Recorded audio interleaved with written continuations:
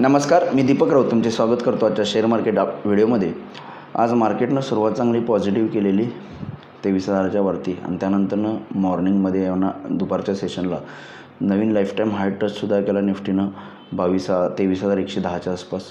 पण त्यानंतरनं क्लोजिंगला मात्र ते गेन्स जे आहेत दिवसभराचे एंटायर ते सस्टेन नाही होऊ शकले आणि निफ्टी 23,100वरून बिलो 23,000 कालचाही बंद होता त्याच्याही खाली जाऊन -25 पॉईंटमध्ये क्लोज दिला. बँक निफ्टीनं आजची तेजीसुद्धा लीड केलेली. मॉर्निंग सेशनपासून बँक निफ्टी आणि बँकिंग स्टॉक्स चांगले तेजीमध्ये होते, पण दुपारच्या सेशनमध्ये क्लोजिंगला मात्र बँक निफ्टीमध्ये सुद्धा प्रॉफिट बुकिंग बघायला मिळालं.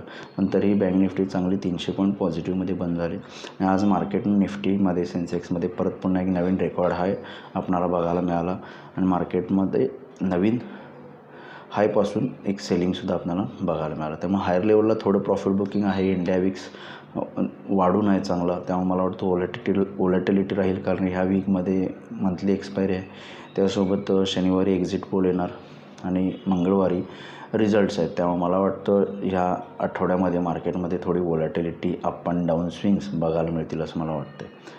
उद्या सेशनला ट्रेड करायचं झालं तर निफ्टी उद्या 22,900च्या खाली आला तर 22,800 850 पण येऊ शकते. 22,800 एक चांगला सपोर्ट आहे.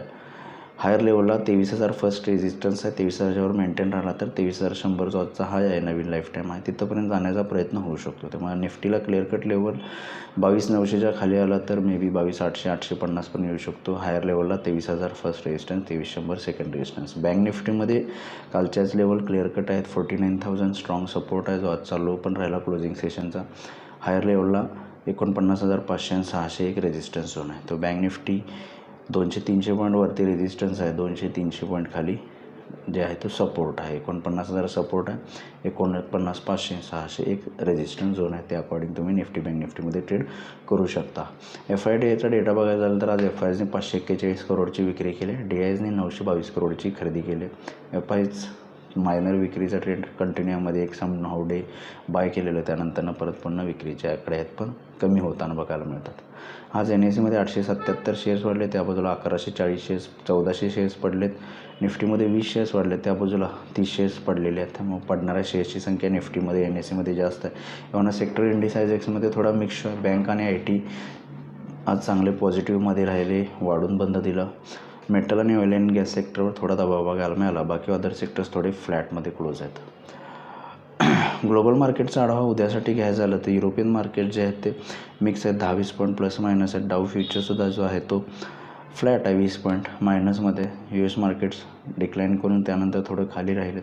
मग बघणं गरजेचं आहे. जर US मार्केटला थोडंसं सेलिंग आलं तर मे बी मला वाटतं आपल्या मार्केटला पण उद्या थोडं प्रॉफिट बुकिंग बघायला मिळू शकतं, पण बाय ऑन डिप राहण्यामध्ये काही हरकत नाही आहे. तर बघूया उद्या मार्केट्स कशा पद्धतीने बिहेव होते. माझा व्हिडिओ ऐकला त्याबद्दल धन्यवाद. माझा व्हिडिओ जास्तीत लाईक करा, शेअर करा, माझ्या चॅनल सबस्क्राईब करून डेली अपडेटसाठी बेल आयकॉनवर क्लिक करा. धन्यवाद.